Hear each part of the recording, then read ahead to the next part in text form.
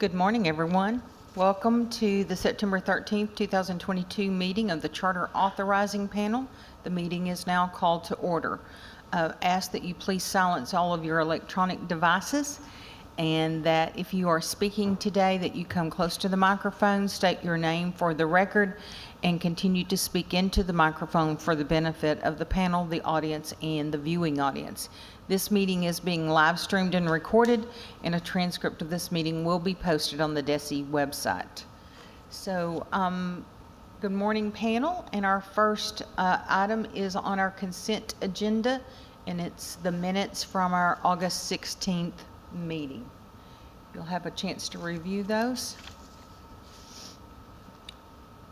Any discussion? I'll accept a motion. I move approval of the minutes. Second. I have a motion by Ms. Sonia Wright McMurray and a second by Carly Saraceni to accept the minutes as presented. All those in favor? Aye. Aye. Any opposed? Motion passes. Agenda item number 1, Ms. Summons.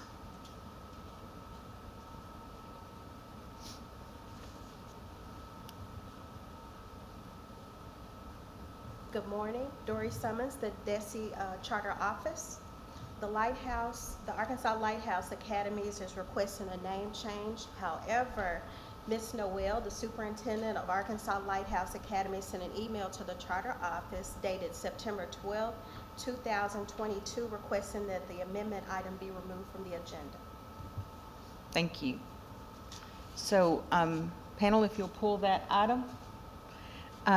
Let's move to action item number 2, please. Yes, ma'am. The Charter Authorizing Panel will review and adopt the general operating procedures. Thank you. And Ms. James, you want to come up and kind of walk us through the operating procedures? And I know you've made an amendment to it since maybe the panel saw it last. Is that correct? Yes, ma'am. Whitney James with the department. The only change that we've made, and this should be reflected on the copy that you have on the agenda, is we've added the public comment section in. At the last charter panel meeting, as you remember, we did have a public comment. It occurred to us at that time that we probably do need something added to the operating procedure so that we know how to handle those. And if there are any questions regarding the operating procedures, I will be happy to answer those. Ms. Wright McMurray? I have any questions at this time? Ms. Saraceni? No questions. Mr. Baldwin? The only question I have is, are these basically the same as what we've been operating under, or have there been changes that we should focus on? Or is this new? This is how we have been handling everything. It is just putting everything in writing, basically. We did not have a procedure for public comment, so we did add that back in. And a lot of this is from our charter rules and just kind of the general procedures that we've been using. Mr. Zellner? I had a question or some questions about the voting Yes, sir. section, and I sent those earlier. I don't know if you had a chance to review those, but for everyone else, in the voting section, under the 3 bullet points, the first 3 paragraphs under the bullet points, my questions basically are those paragraphs written as we would expect a member to actually take part in the meeting? And the reason I say that, let me start by what I think my understanding of the expectation of a member would be, and then go to the verbiage as written. Yes. So my understanding is, if a member participates in a meeting, be it in person or electronically, that the expectation would be, if there is a vote, that member would log their vote for, against, or abstain in the voting sheet. That is correct. And then if a member has voted either for or against, they're also expected to add their comments as to the reasons that they did so. That is correct, yes, sir. But that's not the case for abstain. They only have to log that they abstained. That is correct. If a panel member chooses to abstain from the vote, they would just need to note the abstention by checking the box on the voting sheet, and a reason for the abstention is not required. Okay, so when I read these 3 paragraphs, I don't see that. Okay, If I were to take this and be a new board member or a new panel member, that wouldn't tell me that, I don't believe. In the first paragraph, it says each panel member who votes to approve, so this is only for those who approve, an item on the agenda will complete a voting sheet and will read his or her voting sheet during the roll call for the vote. So that's clear for those who approve. okay, During the roll call vote on each open enrollment public charter initial application, if a particular member of the authorizing body votes against the initial application, the member should state his or her reasons for disapproval. So, and it may be splitting hairs, and that's fine if I'm incorrect. But to me, that doesn't say that someone voting against has the same requirements, i.e., the first paragraph says they will complete a voting sheet and will read their reason for approving. The second paragraph says that if they vote against, they should state their reasons for disapproval. I think it's assumed that they would state that because they populated the voting sheet comments. yes, sir. But it doesn't say that. Does that make sense? It does make sense, and that language was taken directly verbatim from our rules, and that's why I hesitated to change any of that language. But if it would clarify it, we can add to that first paragraph that regardless of the way you vote, you will include your reasoning in the voting sheet and read that back, if that would clarify. Okay. I mean, I'm just bringing it up for discussion, obviously. Those are very good questions. And then in the third paragraph, although it is the duty of every member with an opinion on a question to express it by vote, he or she can abstain, since he or she cannot be compelled to vote. Okay, so I think if we make it clear in the first paragraph that no matter how you vote, including abstain, that you're expected to indicate that on the voting sheet, I don't think I have a problem with that third paragraph.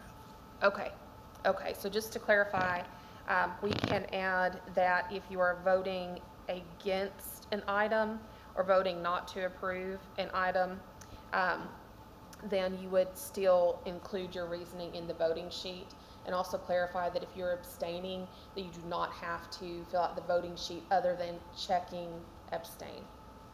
Okay, So I think if we did that, our documentation would match our expectation. okay. I can add those and bring them back next month. Perfect. Mr. Davis? No questions from me.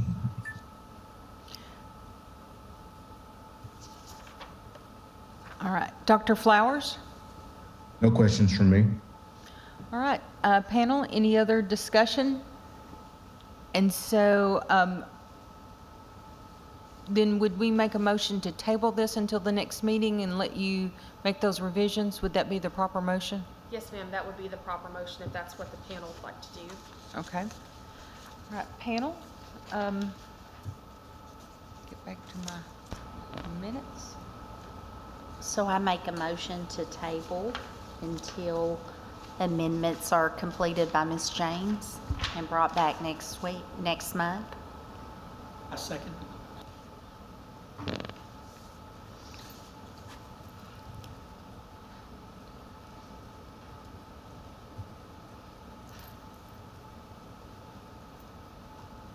Okay, I have a motion from Ms. Saraceni and a second from Mr. Zellner to table action item number 2 until next month in order to allow our team to make the revisions that were discussed today. All those in favor? Aye. Aye. Any opposed? Motion passes. Thank you. Ms. Simmons, action item number 3.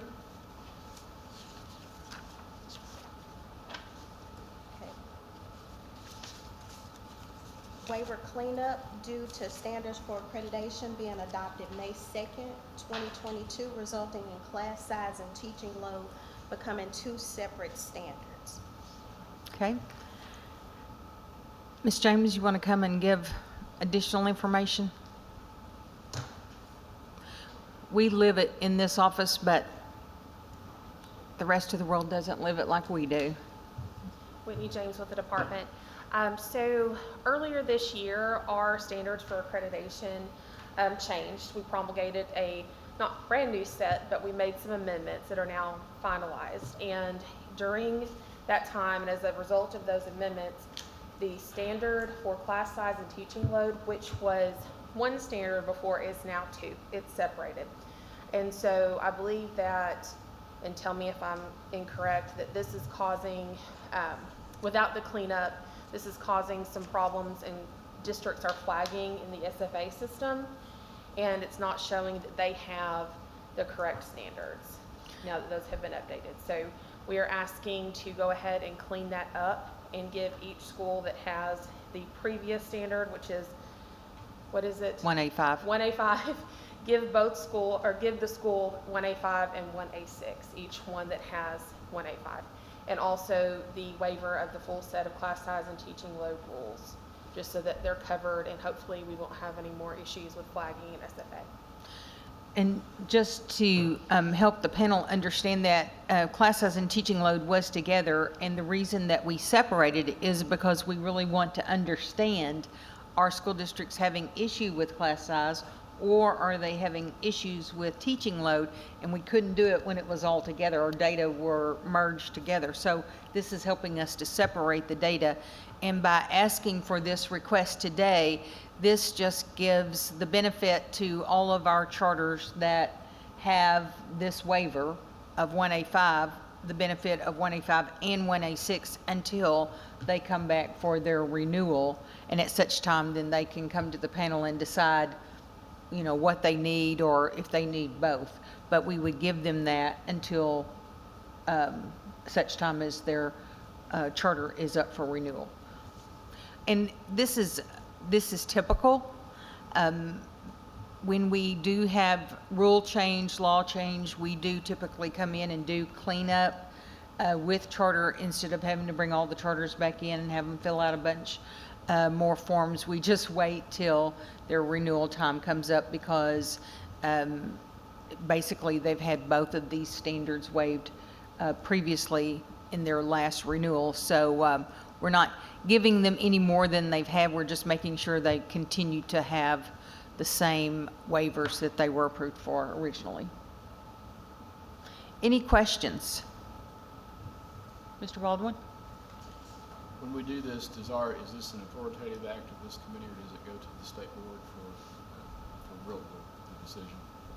It would go to the state board to Okay, so- review or not review. So it's our recommendation to. Yes, sir. Okay, thank you. Mr. Zellner? Do we have an idea of the number of schools that this would affect? There was a list on the packet that I added to the agenda. Okay. There are 12 open enrollment charters and 20 district conversion charter schools, and they're listed individually on the agenda. Okay, thank you. Yes, sir. Ms. Saraceni? Questions? Ms. Wright McMurray? Mr. Davis? No questions from me. Dr. Flowers? No questions.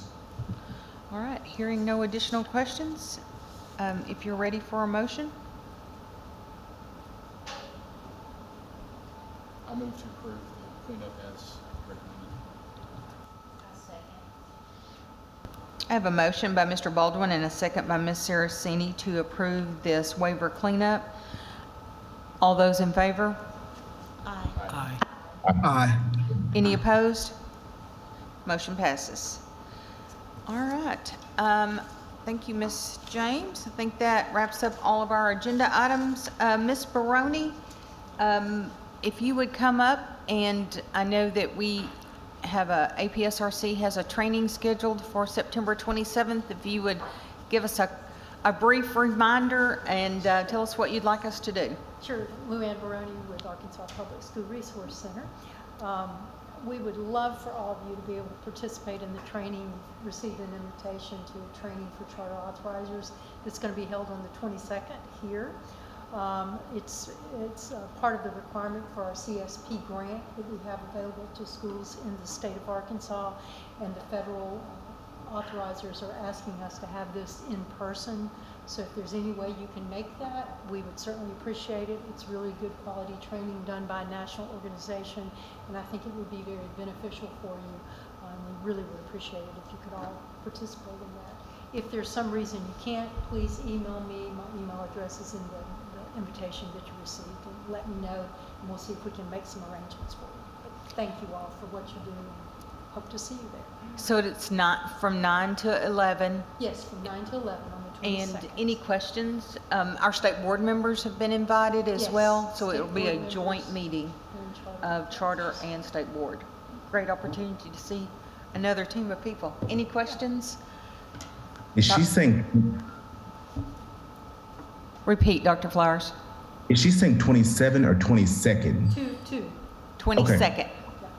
September Thank you. 22nd, 9 to 11. Yes. Okay, thank you. Mr. Davis, any questions or comments? None from me. Looking forward to being there. Perfect. All right. Yes, if you have any needs or anything, let Ms. Baroni know, and we'll try to accommodate. The other last thing I would just remind you is that Ms. Summons, we will be having renewals coming up. We have a new district conversion application coming forward to us in October. And then in December, we will have a full 2-day meeting. So make sure that you've blocked that time out. And just a reminder that there are 5 open enrollment and 3 district conversion up for renewal at that time. So if you have a chance to schedule a visit, go ahead and schedule that. Make sure that Dory knows. And if any of you want to go together, she has to make sure that there's an announcement, just making sure we've dotted all the I's, crossed all the T's. So, all right, any questions or comments? Anything for the good of the group? Just to clarify, we have 2 days coming up in October and December. December, okay. Right now, we have 1 day in October and 1 day in November on the schedule. All right. Then, with hearing nothing else, I'll accept a motion to adjourn. We adjourn. And a second? I have a motion by Ms. Wright McMurray and a second by Mr. Baldwin to adjourn. All those in favor? Aye. Any Aye. opposed? Meeting is adjourned. Thank you all. Have a wonderful day.